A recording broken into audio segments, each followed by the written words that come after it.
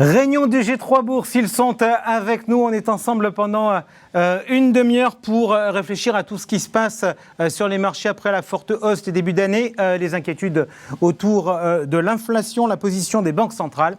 Ils sont là, on les retrouve. Il est membre du comité d'investissement de Carmignac Gestion, il vient donc en voisin. C'est Didier Saint-Georges. Didier, bonjour. Bonjour.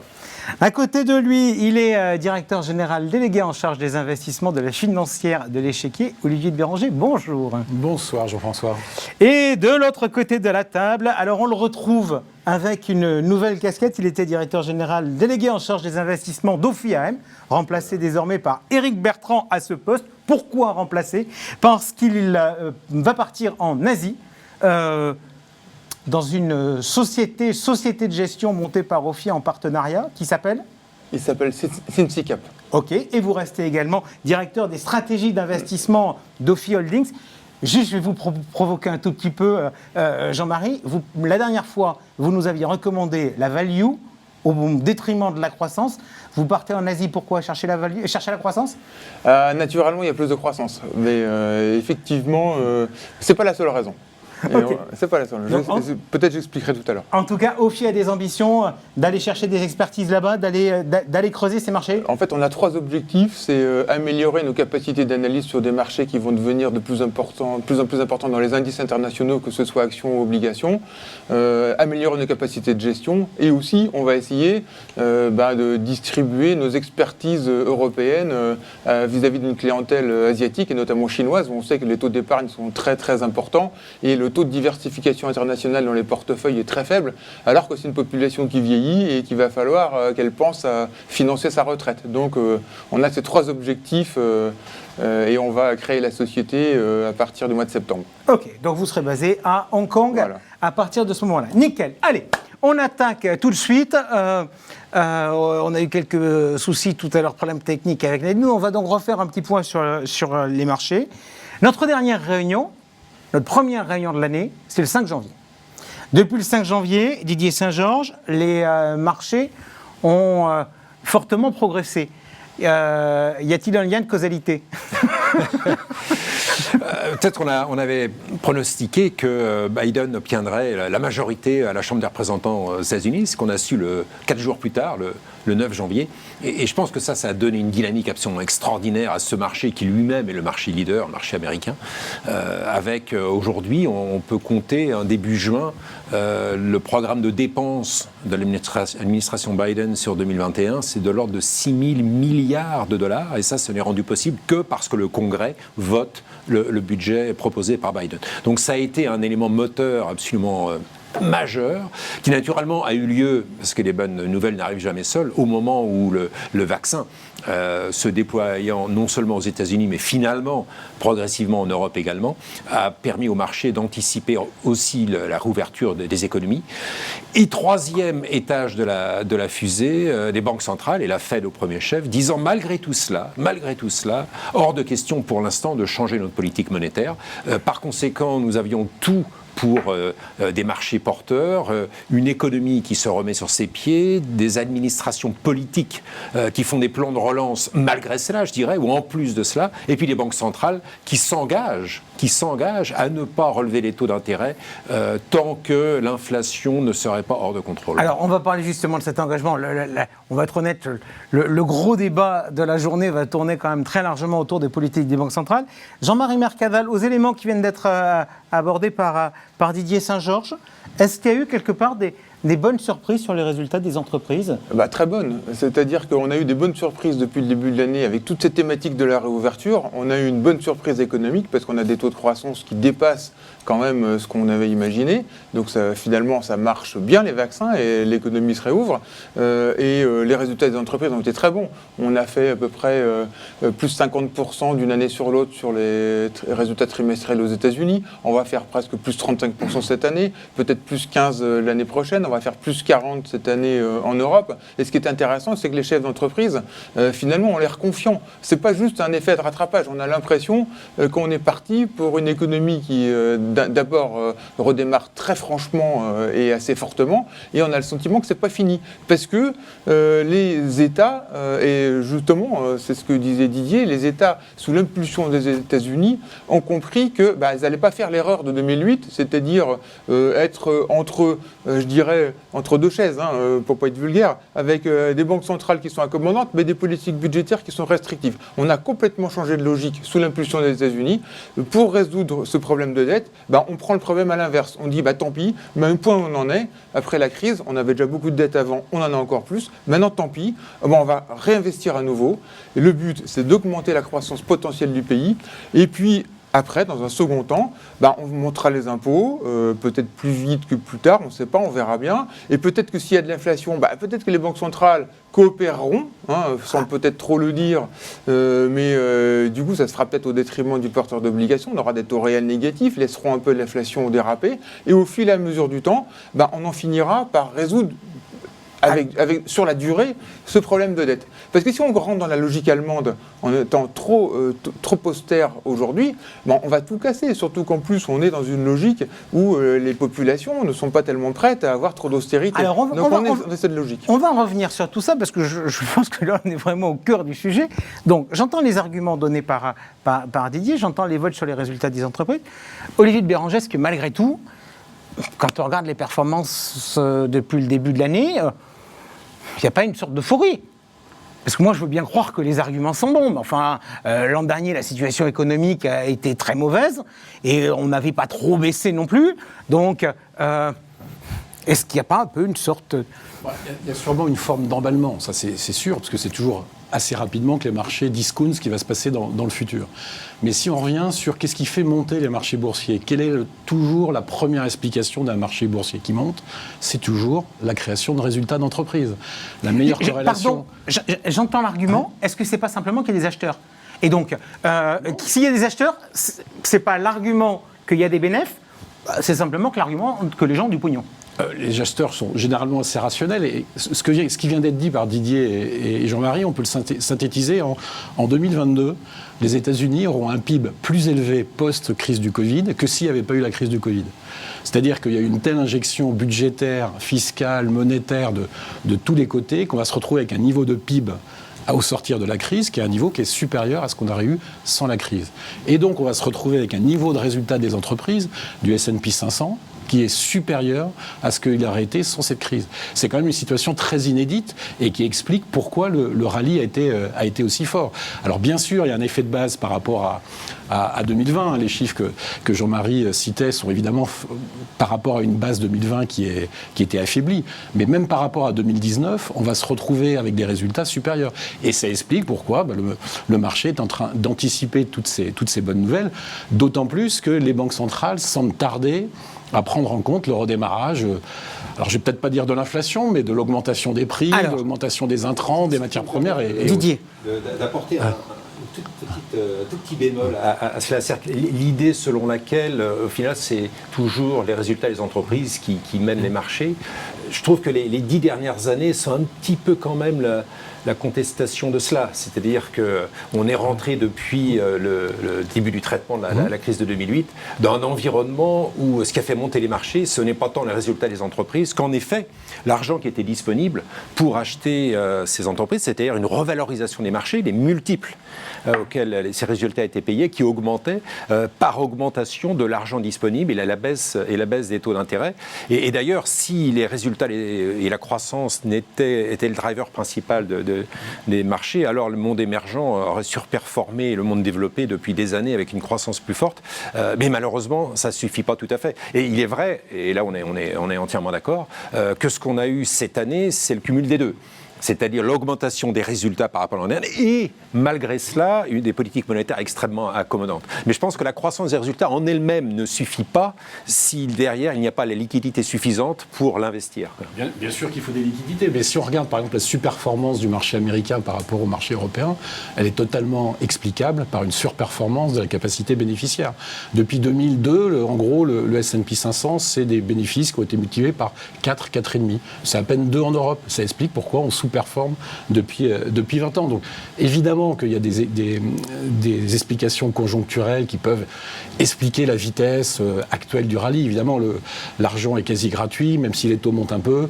Un actif risqué qui a des perspectives bénéficiaires intéressantes, ça restera toujours intéressant. Mais quand même, sur longue période, sur 20, 30 ou 40 ans, vous pouvez faire des magnifiques corrélations entre la croissance des EPS et des bénéfices par action, et des cours boursiers. Ok, Olivier, juste, est-ce qu'on est d'accord, comme ça va nous permettre d'avoir un débat ouvert, que dans la progression des bénéfices des entreprises américaines dans les dernières années, il y a eu 2 effets qui ont été majeurs, qui ont été d'une part les baisses d'impôts, et d'autre part le niveau des taux d'intérêt qui était excessivement faible, qui ont fait que non seulement on avait du levier, mais on avait des charges financières qui étaient relativement faibles. Alors ça nous amène finalement à... On peut débattre, savoir si les flux, les bénéfices, à quel moment, à court terme, à long terme, etc. Il y a quand même un débat qui est en train d'exister sur la place, c'est le retour de l'inflation.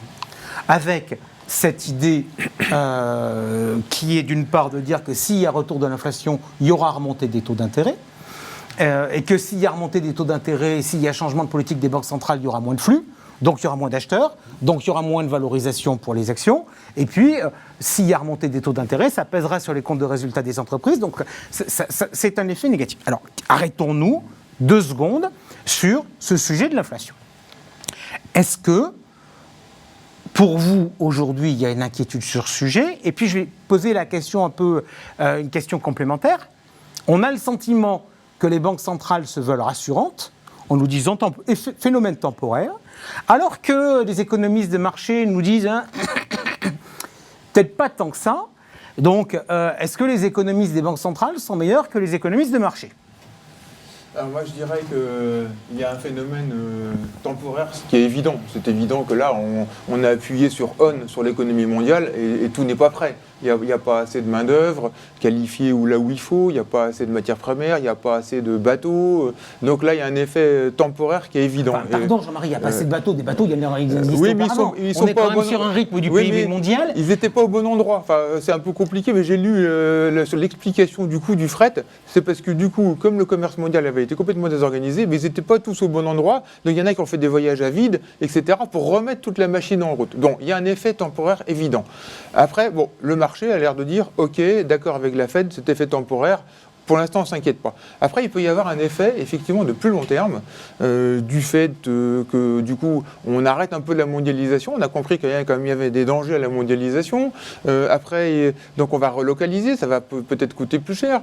L'économie verte, ça va demander des investissements industriels colossaux, d'adaptation dans l'industrie automobile, dans plein d'industries. Et ça va coûter cher. Donc, tôt ou tard, il va falloir le faire payer. Et donc, il y a un débat sur le fait qu'à court terme, oui, on est d'accord. Est-ce que c'est à plus long terme?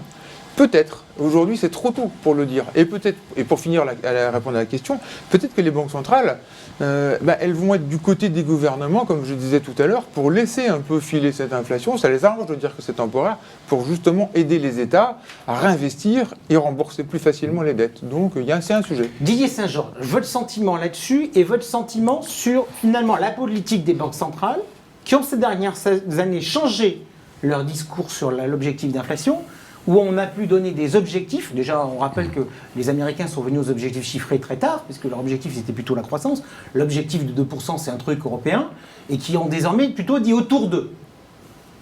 Oui, alors déjà sur la pérennité possible de l'inflation, je suis entièrement d'accord avec cette observation qu'il y a une partie de l'inflation qui est vraiment due aux circonstances, et celle-ci elle devrait rebaisser rapidement. Il faut savoir que le prix des matières premières se régule toujours par une augmentation de l'offre, et donc il y aura une augmentation de l'offre qui fera baisser les prix en général. Ce qui va durer plus longtemps, en effet, ce sont ces phénomènes de régulation, d'augmentation de l'imposition, et là on voit bien le retournement de l'ère libérale, Reagan, Reagan, etc. On va avoir plus de régulation, plus d'intervention de l'État, donc ça va coûter plus cher. Et il est clair qu'en effet, la lutte pour le soutien à l'environnement va constituer un coût. Mais il y a quelque chose de peut-être de plus majeur qui est qu'aux États-Unis, il y a un désir politique extrêmement fort de rééquilibrer la richesse des investisseurs vers les salariés. Il faut vraiment avoir en tête, et c'est un petit peu le sous-jacent de ce qu'on discutait tout à l'heure, que sur les 10 dernières années, et en réalité plus que ça, plus que 20 années, les salaires en gros sont restés au même niveau, alors que les marchés financiers ont beaucoup monté parce qu'il n'y avait pas seulement la croissance, il y avait effectivement une politique monétaire qui était extrêmement favorable aux actifs financiers. La politique aujourd'hui de l'administration Biden, sur laquelle la Fed ne peut que s'aligner parce qu'ils n'ont pas la légitimité pour s'opposer à un mandat qui a été élu par le peuple, l'idée consiste à rééquilibrer véritablement la richesse vers les salariés. Et ça passe par soit des salaires minimums, soit des augmentations des salaires au sens large dans le secteur public et dans le secteur privé. Donc une augmentation des salaires. Et ça, c'est quelque chose d'absolument majeur parce que ça augmente le pouvoir d'achat des consommateurs et ça pose la question de la façon dont les entreprises vont réagir. Ça va être une augmentation de coûts pour elles. Donc certaines d'entre elles vont pouvoir passer en aval cette augmentation de coûts. Donc celles qui ont ce pouvoir-là vont bénéficier de la hausse de l'inflation par les salaires. Celles qui ne pourront pas le faire auront un squeeze de leur marge. Et je pense que les prochains semestres, on va raisonner sur le deuxième semestre et peut-être 2022, il va y avoir une segmentation très forte qui n'a pas du tout été un sujet depuis des années et des années, entre les entreprises qui ont les capacités d'augmenter leur prix et celles qui ne l'ont pas. Donc on va avoir là, dans nos constructions de portefeuille, quelque chose qui consiste à dire probablement il faut se mettre sur la consommation au sens large, parce que c'est le consommateur aujourd'hui qui va être visé par une politique budgétaire d'ensemble, et visé de manière favorable, si j'ose dire, et non pas l'investisseur. Donc les marchés vont être confrontés à ce problème, d'une faveur vers le consommateur aux dépens de l'investisseur. Et deuxième chose, outre se mettre sur la consommation, bien sélectionner les entreprises qui sont capables de monter leur prix et celles qui ne sont pas capables de le faire. Olivier de Béranger, on a un débat, on voit bien qu'on est en train beaucoup de parler des États-Unis. Est-ce que ce sujet de l'inflation doit être regardé de la même façon quand on est du côté de l'Amérique ou du côté de l'Europe ? Ce qui est sûr, en tout cas, c'est qu'on anticipait tous plutôt un pic d'inflation, que ce soit aux États-Unis ou en Europe, et là, on voit que c'est plutôt un plateau. C'est-à-dire on voit que les tensions sur les prix sont quand même amenées à durer quelques trimestres, semestres, c'est difficile à dire. L'expérience du Covid nous démontre qu'on est capable de traiter un plateau et une baisse derrière. C'est possible. Mais ce qui est vrai, c'est que ce qui est vrai pour l'emploi aux États-Unis est quand même un peu moins vrai en zone euro pour le moment. Essentiellement pour deux raisons, parce qu'il y a un nombre de chômeurs plus important, et aussi parce qu'il n'y a pas eu l'impulsion budgétaire conjoncturelle qu'il y a eu aux États-Unis. C'est-à-dire que tout ce qui a été impulsé dans l'économie américaine et qui fait redémarrer la consommation, si je caricature, en France, ça a été la même chose, mais c'est le chômage partiel. Donc il n'y a pas eu un choc de revenus. Il y a quelqu'un qui a vu de l'argent ou pas ? Ah, pas encore. C'est pour normalement juillet ou septembre. Et c'est plutôt des plans d'infrastructure. Donc de toute façon, c'est moins inflationniste que les plans de relance américains. Mais ce qui est vrai, c'est qu'en Europe, on a l'impression qu'on est un petit peu plus à l'écart de ces tensions sur les prix. Et comme en plus, je dirais que la valeur ajoutée des produits industriels en Europe est quand même assez élevée, on a l'impression que ce sont des entreprises qui peuvent passer les hausses de prix dont parlait Didier à l'instant. Donc, pour moi, comme souvent d'ailleurs, on a un petit peu un train de retard en Europe. Il faudra regarder ce qui se passe sur les salaires. Mais si vous regardez les négociations salariales récentes, il y en avait une notamment chez Volkswagen, le plus gros employeur privé d'Europe, 2,6 en 2022 ont obtenu nos amis travailleurs allemands. C'est pas des chiffres qui sont en soi inflationnistes. Donc je dirais qu'on est un peu en retard, mais il faut quand même être prudent puisque indéniablement les transports, le coût des matières premières et le coût de la logistique aussi notamment a beaucoup augmenté. Donc je dirais qu'on regarde ça avec vigilance. Ok. Il y a juste un corollaire de cela qui pourrait être intéressant à observer peut-être quand on se reverra en fin d'année, c'est que si il y a un écart d'inflation significatif entre les États-Unis et l'Europe, la variable d'ajustement, c'est la monnaie. Et donc, si on a cette évolution-là, ça signifierait logiquement que le dollar devrait se dévaluer par rapport à l'euro. Ok, donc ça veut dire que quand on regardera les performances du marché américain, il faudra penser à prendre en compte Ça a déjà un petit peu commencé. L'évolution du dollar. J'entends quand même dans votre discours de dire pas d'inquiétude conjoncturelle sur l'inflation, pic qui se transforme en plateau, etc., mais réflexion à plus long terme sur ce qui est en train de bouger dans les mécanismes économiques. De l'inflation, j'arrive aux banques centrales. On nous dit les banques centrales vont-elles tarder à réagir ? Vont-elles pas être obligées de courir après l'inflation et après les marchés ? Alors, on ouvre le chapitre, crédibilité des banques centrales. Elles ont fait, depuis 2008, elles sont là, chaque fois qu'il y a un problème, elles parlent, elles agissent, et puis elles tiennent tout le monde. Qu'en est-il ? Aujourd'hui, vous avez dit, Didier, tout à l'heure, ça m'a interpellé, mais quelles sont leurs marges de manœuvre et quelles sont leurs libertés face à un pouvoir politique qui est élu alors qu'elles ne le sont pas ? Vous avez la réponse dans la question. Ça veut dire quoi ? Ça veut dire que les banques centrales ne sont plus indépendantes, qu'elles ont perdu le pouvoir au profit des politiques ? Oui, bien sûr. Bien sûr, absolument. Simplement, elles sont toutes dans la même situation, donc c'est un jeu à somme nulle qui s'équilibre au milieu, mais de toute évidence. Enfin, on est aujourd'hui dans des banques centrales qui sont vraiment en coopération assumée avec les politiques budgétaires, il n'y a aucun doute là-dessus. Et c'est parce que le gouvernement américain va beaucoup plus loin que les gouvernements européens que la Banque centrale américaine est obligée d'aller beaucoup plus loin que la Banque centrale européenne. Ça veut dire quoi, Olivier Béranger ? Ça veut dire qu'il y a une sorte de deal. Là, je le faisais tout à l'heure en introduction, en plaisantant, je faisais référence à la décision de taxer les multinationales et notamment les géants numériques à 15%. Ça veut dire qu'on va essayer de recréer un mix politique qui va être un peu différent, qui va être qu'on va faire du déficit, on va faire plus de dépenses publiques. L'État va d'un côté se refinancer plus avec des augmentations d'impôts, et puis va y avoir les banques centrales qui vont faire la soudure au niveau de la dette. C'est le nouveau modèle qui s'impose ? Alors, ça va ressembler à ça, mais je trouve qu'il y a quand même une petite différence entre ce qui s'est passé aux États-Unis et ce qui se passe en Europe. C'est-à-dire, aux États-Unis, c'est plus le pouvoir politique qui met la pression sur la banque centrale pour maintenir des taux bas et refinancer le déficit. Ah, mais et paradoxalement, en Europe, on a l'impression que c'était l'inverse, que c'était la BCE qui mettait la pression sur le pouvoir politique pour pas augmenter les impôts trop vite, pour relancer rapidement la machine. C'est un peu, on avait plutôt l'impression que c'est les politiques qui sont au de la Banque Olivier, centrale. qu'est-ce qu'il faut penser de la sortie de Janet Yellen, l'ancienne donc patronne de la Fed, désormais secrétaire d'État au Trésor, qui dit oui, les taux devraient être plus élevés, ça serait mieux, c'est que l'inflation devrait être plus élevée, ça serait mieux. Enfin, le devoir de réserve par rapport à son successeur, ça la perturbe ou pas ? Ça n'a pas l'air, mais c'est vrai aussi que si on regarde le niveau des taux le 10 ans américain, on en parlait tout à l'heure, on a touché 1,50 vers la mi-février. Et on vaut toujours 1,50. Mais on veut de nouveau 1,50, dans un petit tour à 1,80, mais on veut de nouveau 1,50. Et dans l'intervalle, on a une inflation, un PCE, tous les indices de prix américains qui ont pris entre 100 et 150 points de base. Et sans que ça ne fasse sourciller le marché obligataire américain. C'est quand même étonnant. Donc, dans la tête de Janet Yellen, ancien banquière centrale, ça ne me paraît pas étonnant de dire, tiens, je suis étonné que les taux soient aussi bas.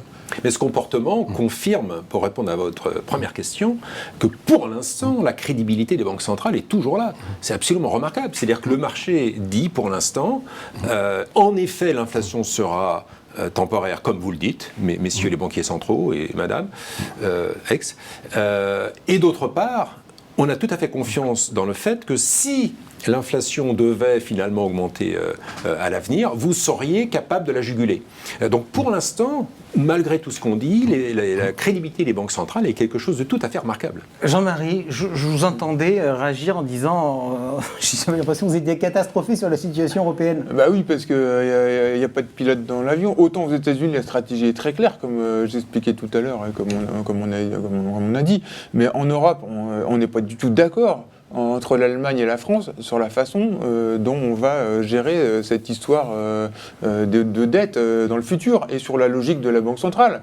La BCE a voulu se calquer sur la logique de la Bundesbank, puis Christine Lagarde nous avait dit il y a 1 an et demi qu'elle allait revoir les objectifs, la vocation de la BCE. Bon, on n'a toujours pas la réponse, mais je pense que la réponse va être dure à trouver parce que entre la logique allemande et la logique française, on n'est pas du tout sur la même longueur d'onde. Donc ça crée un vrai souci pour la zone euro. Et donc du coup, on ne peut pas déployer de plan massif d'investissement pour le futur parce qu'on n'est pas d'accord sur comment le faire. Et donc pourtant on était bien parti avec une première dette un peu commune, et puis finalement ça s'est arrêté là, alors qu'aux États-Unis, ils ont continué pour la logique, eux ils ont changé de logique. Et la Banque centrale, elle va être de moins en moins indépendante d'une certaine façon. Et d'ailleurs dans l'histoire, les banques centrales ont été plus souvent dépendantes qu'indépendantes.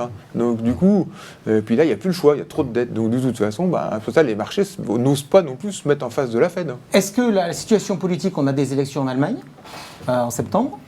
Il me semble qu'on a des élections en France l'année prochaine. Est-ce que là aussi, ça va gripper la situation européenne? Non, au contraire, ça pourrait la dégripper.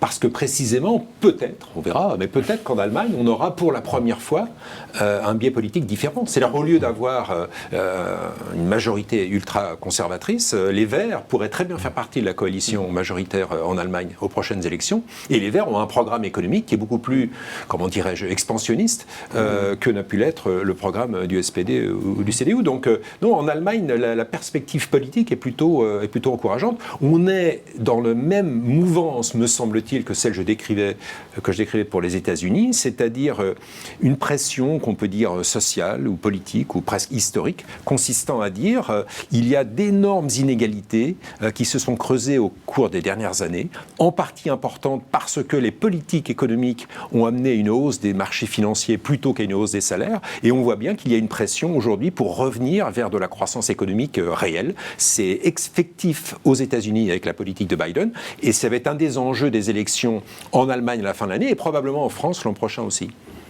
Cette théorie, effectivement, qui dit que effectivement, depuis 20 ans, les politiques ont agi pour le rentier et pas pour les salariés. Mais en fait, cette théorie du ruissellement, la différence, c'est qu'elle ne s'est pas produite dans les pays, mais elle s'est produite vers l'Asie. C'est-à-dire que le salaire horaire chinois, il a été multiplié par 10 depuis 15 ans. Donc en fait, le ruissellement, il s'est fait dans la mondialisation. Et maintenant, la Chine n'est plus compétitive par rapport à d'autres pays. Donc il y a eu ruissellement. Donc la théorie du ruissellement, elle marche, sauf qu'elle ne s'est pas passée dans nos pays. Alors maintenant, du coup, on va revenir en arrière, parce que du coup, les gouvernements, ils se disent, si on ne revient pas, on aura des gilets jaunes tous les ans. Et donc, on est obligé de revenir en arrière, et donc tout ça est aussi un peu inflationniste par certains côtés. Et donc, on est dans une espèce de période charnière où, je pense que les marchés ont fait un pas positif en actant la réouverture. Deuxième partie de l'année, ça risque d'être plus hésitant. Est-ce qu'on peut remonter les taux sans crack boursier? Alors en Europe, je pense que s'il y a une zone qui va être la dernière à remonter ses taux, je pense vraiment que c'est l'Europe, pour différentes raisons, parce qu'on a moins de croissance, moins de relance, mais surtout on a un historique. Dans le manuel de banquier central qu'a reçu Christine Lagarde, son prédécesseur n'avait fait que baisser les taux, donc c'est pas lui qui a pu l'apprendre, c'est celui d'avant, c'est Jean-Claude Trichet, il a monté 2 fois les taux, juillet 2008, juillet 2011, à chaque fois parce qu'il y avait une hausse du prix des matières premières et une hausse des commodities et qu'il avait peur des effets de second tour, et à chaque fois, en gros 6 mois après, on était quasiment en mort cérébrale. 2008, c'est Lehman Brothers. Ils montent en juillet 2008, Lehman Brothers en septembre, et ils montent en juillet 2011. Et en gros, l'euro manque d'exploser au mois d'août de 2011. Donc, on rappelle, Jean-Claude Trichet est l'un de vos meilleurs amis. C'est mon meilleur ami. Et donc, je pense que là, s'il y a bien une banque centrale qui sera la plus tardive possible à appuyer sur le bouton de la hausse des taux, resserrement de la liquidité, tapering, sûrement, à un moment ou un autre.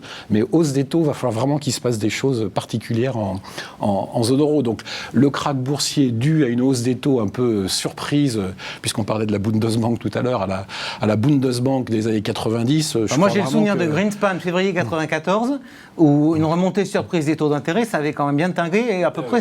Oui. C'est ce moment-là, c'est 92 et 94. Il y a 2 moments de remontée des taux un peu fortes des banques centrales sans avoir prévenu les marges.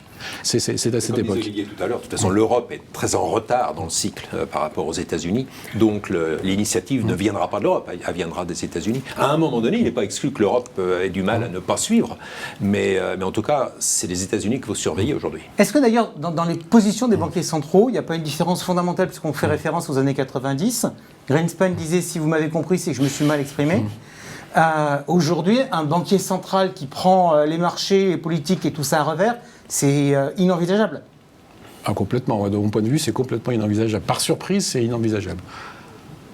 Oui, les banques centrales, y compris en Europe, ont fait d'énormes progrès en termes de communication. Et est-ce que dans leurs éléments... Alors, c'est quoi les indicateurs des banques centrales ?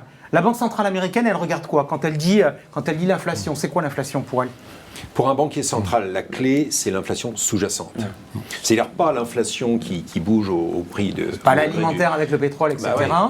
Qui est extraordinairement volatile et cyclique, c'est le sous-jacent. Et c'est pour ça, et c'est pour la discussion qu'on avait tout à l'heure, c'est pour ça que les salaires sont absolument clés.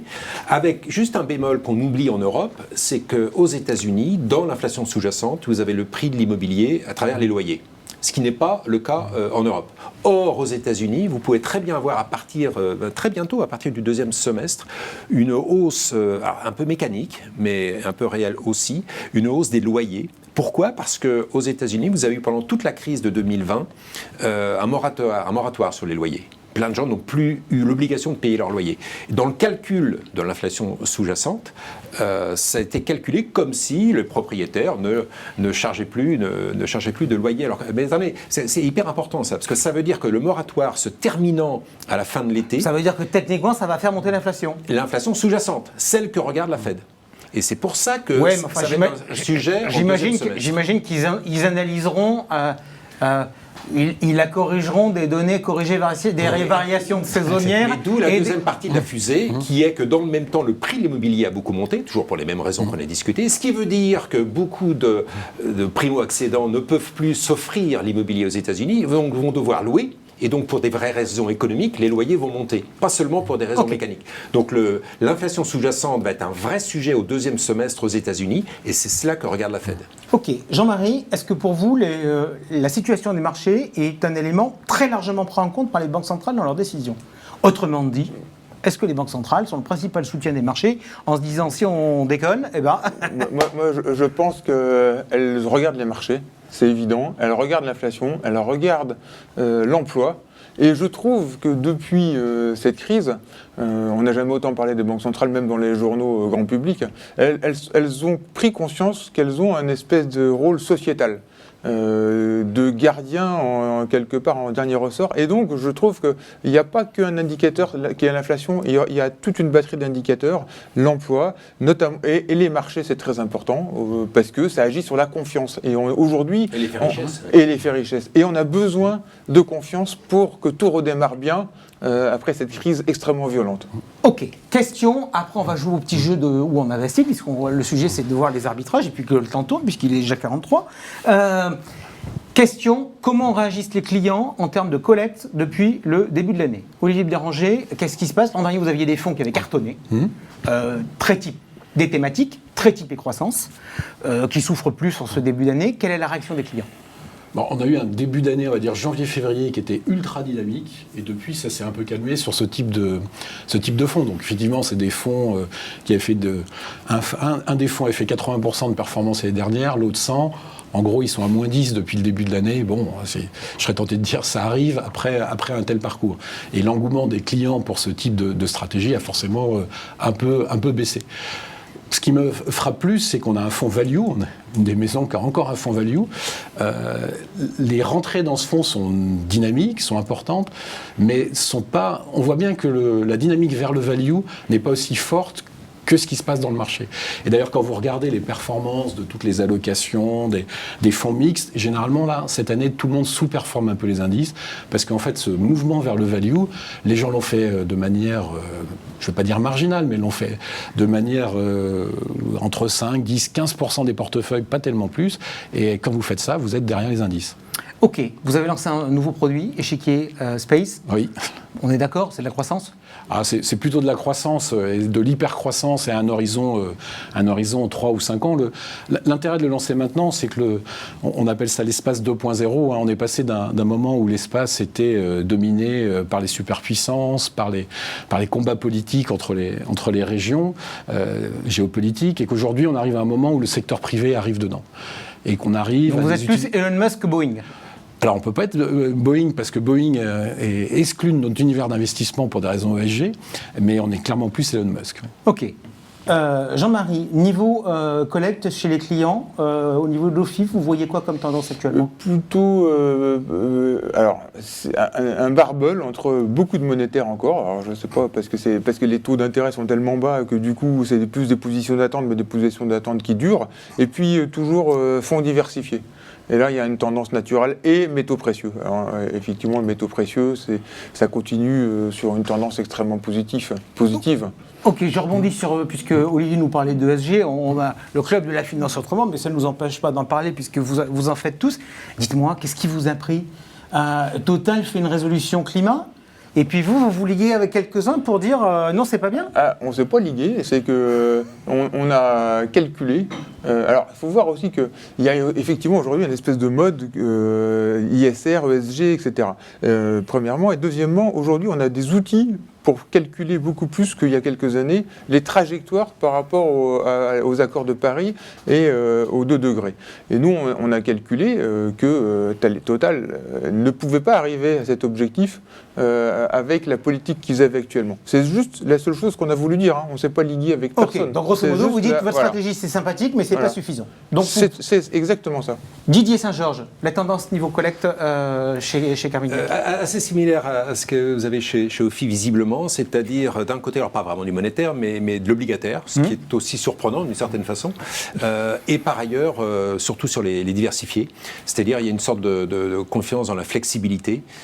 C'est vrai que les valeurs de croissance, les fonds croissance sont ceux qui ont le mieux performé l'année dernière. Alors nous, on ne fait pas l'hyper-croissance, on n'est pas Elon Musk, mais on est croissance, incontestablement. Et donc ce n'est pas ce qu'a payé au premier semestre. Mais à contrario, les fonds flexibles, que ce soit en global, Europe, émergent, c'est ça qui collecte le plus cette année. On rappelle, vous avez un fonds flexible, enfin vos fonds flexibles, la gamme Carmignac existe en version internationale. La gamme patrimoine. Patrimoine, donc international, le traditionnel, Carmignac Patrimoine, l'Europe, dont on avait parlé la dernière fois, et qui est encore des 3 celui qui performe le plus depuis le début de l'année, et un produit Emerging. Emerging Patrimoine. Qui lui a fêté ses 10 ans.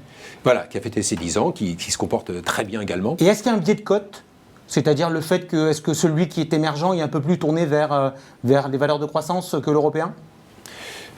Oui, dès que vous n'êtes pas en Europe, vous êtes davantage sur la croissance, que ce soit aux États-Unis ou sur le monde émergent. Mais c'est vrai que je regarde, c'est intéressant parce qu'il y a cette rotation value, etc. Or, vous voyez des valeurs, alors je ne sais pas si vous les considérez comme value ou comme cycliques, mais des valeurs, même aux États-Unis, comme Google ou Facebook, qui font plus 20, plus 30 depuis le début de l'année. Des valeurs de biotech en Chine, mais pas des small caps, hein, des grandes valeurs sur lesquelles on a des grosses positions, qui font également plus 20, plus 30. Donc la rotation value, quand vous regardez globalement, elle est pas, Okay. c'est pas le seul moteur de marché. Allez, 48, on fait comme la fois précédente, un petit jeu, vous répondez très vite.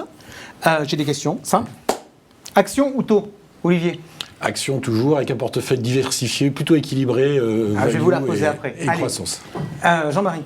Action, c'est là où il y a du rendement. Ok. Didier? Action toujours, ne serait-ce que par élimination de la classe actif qu'il faut gérer de manière très active. Ok, sur la partie taux, quand même, on va quand même en parler 2 secondes. Au vu de ce qu'on a dit sur l'inflation, est-ce qu'il faut investir sur des indexés inflation ou pas? Alors moi, historiquement, je ne suis pas un grand fan, puisque ça ne fonctionne pas toujours comme on voudrait. C'est-à-dire, sur le papier, c'est un bon investissement, et en pratique, ça ne l'est pas toujours. Ok, Didier? Il faut investir sur des actifs qui profiteront de l'inflation. Je suis d'accord que les obligations indexées sur l'inflation ne sont pas forcément les meilleures. On peut techniquement investir sur d'autres outils. Je rajoute que sur la classe d'actifs actions, la meilleure façon de jouer l'inflation, c'est sur la consommation. D'accord. Juste, quand on dit l'inflation, s'il y a 3% d'inflation, est-ce que c'est grave ou est-ce que finalement, ce n'est pas quelque chose qui profite aux actions? Aux États-Unis ou en Europe? Enfin, partout. C'est-à-dire, quand on dit inflation... c'est pas le niveau qui compte, c'est les anticipations. Si vous avez 3, mais que tout le monde est convaincu que ça restera à 3, voire que ça descendra un petit peu, c'est pas un souci. Si vous avez 3, mais que tout le monde anticipe que ça continue de monter, là c'est un souci. Obligation indexée sur l'inflation, Jean-Marie? Oui, mais couverte du risque de taux. Parce que ce qui est intéressant, c'est l'évolution des anticipations d'inflation. C'est surtout ça qui est intéressant et pas la sensibilité taux. Ok. Voilà. Europe internationale. Didier? Émergent. D'accord. Olivier? Pour le deuxième semestre. Hein. Ouais. Enfin, jusqu'à la prochaine réunion. Un portefeuille équilibré. D'accord. Olivier, il va être blinde. Ouais, je suis équilibré. Il va être blinde. Je vous disais la même chose en janvier, c'est si on débarque de la planète Mars et qu'on regarde le monde, il faut un tiers États-Unis, un tiers d'Europe, un tiers de Chine. Ok. Alors, on a vu la rotation sectorielle. Début d'année, très orienté vers la value. Après, ça s'est un peu rééquilibré. Qu'est-ce qu'il faut faire aujourd'hui? Value, growth ou prise de bénéfice? Olivier, équilibré. Pas encore prise de bénéfice, c'est un peu tôt, mais c'est sûr qu'on a probablement fait une grande partie du chemin de l'année. Et je pense que franchement, jouer les rotations sur des écarts de 5 ou 10 BP de taux en quotidien dans des portefeuilles, ça ne fonctionne pas. Et c'est pour ça que l'équilibre, c'est quand même une bonne réponse. Alors Jean-Marie, j'ai dit tout à l'heure en début d'émission que vous étiez arrivé l'an dernier, la dernière émission, vous étiez le plus value. Aujourd'hui, vous êtes comment? Non, aujourd'hui on a fait un beau rattrapage value et le momentum de croissance va se calmer, les surprises macro vont se calmer, donc aujourd'hui ni value ni grosse, plutôt des thèmes, effectivement prise la de bénéfice ou consommation pas? Et prise de bénéfice, oui. Ok. Didier. Bon, ça m'inquiète, on est un peu tous d'accord là. Ouais, enfin, pour l'instant, Jean-Marie dit prise de bénéfice dès à présent, Olivier dit j'attends un peu. Oui, alors là, j'en sais rien entre maintenant et dans un mois, mais je pense que le deuxième semestre va être nettement plus compliqué que le premier, donc entre les deux, il va falloir prendre quelques bénéfices à mon avis. Mais effectivement, je suis entièrement d'accord que cet arbitrage value-croissance, c'était une espèce de rattrapage par rapport à ce qui avait pu être subi l'an dernier. Aujourd'hui, c'est plus le sujet. Aujourd'hui, c'est si on a un environnement au deuxième semestre inflationniste, on en a parlé, avec le début de doute sur jusqu'où peut aller la croissance, alors la clé, c'est quels sont les titres que vous voulez avoir en portefeuille qui se comportent bien quand l'inflation augmente et que vous commencez à avoir des doutes sur l'inflation. Donc ce sont des boîtes qui ont cette capacité à croître, quel que soit l'environnement macroéconomique. Vous avez quelque part me plomber ma question suivante, parce que j'avais noté sur mon petit bout de papier, marché de tendance ou marché de taux ondulé? Ce que vous êtes en train de me décrire, c'est plutôt de la tendance ondulée, c'est-à-dire que ça risque de bouger un peu plus? Oui, je pense que ça ne va pas être un marché pour la gestion initiale. Je pense que ce qui va être intéressant, c'est avec la dynamique à l'intérieur des marchés. Je vous citais, moi ça me frappe, c'est pour ça que j'avais cité ces exemples-là. Quand on dit qu'il y a une orientation value plutôt croissance vers value, comment vous expliquez que Google a fait plus 30% depuis le début de l'année? C'est que ce qui compte, c'est pas seulement l'étiquette que vous mettez sur une catégorie, c'est est-ce que vous avez une entreprise qui est capable d'avoir une croissance bénéficiaire très forte, quoi qu'il arrive sur les taux d'intérêt. Donc finalement, La réponse est simple, c'est la croissance des bénéfices. Finalement, on va retomber sur les propos C'est multiple de résultats. d'Olivier tout à l'heure. Jean-Marie, taux ondulé? Taux ondulé. Olivier, taux ondulé? Plutôt taux ondulé, mais encore en pente douce à la hausse. Ok, ça veut dire quoi, taux ondulé? Ça veut dire qu'il faut être plus flexible? Parce que, quelque part, Didier dit taux ondulé, mais il dit on fait bouger les portefeuilles sur une évolution sensible du cycle. Possibilité de retour d'inflation, etc. Donc il n'est pas en train de dire on va gigoter dans tous les sens en fonction des 10 points de BP d'évolution de taux. Il dit, quelque part, nouveau cycle. Oui, bon, je crois qu'on est tous d'accord, non Bon, ok. Alors du coup, je vais terminer par une question. Là, vous allez pas pouvoir vous dérober. Prochaine réunion, 7 septembre. Rallye d'été ou pas? Joker. Bon, je pense que ça peut monter encore un peu en Europe. Moi je dirais non. Bon, allez, voilà. Super, ben voilà, on a des avis tranchés du coup. Merci à tous les trois donc, d'avoir fait ce tour des marchés financiers avec vos suggestions et vos visions des marchés. Et en plus de l'avoir fait avec le sourire, on sent qu'on est tous ravis demain de pouvoir sortir jusqu'à 23h.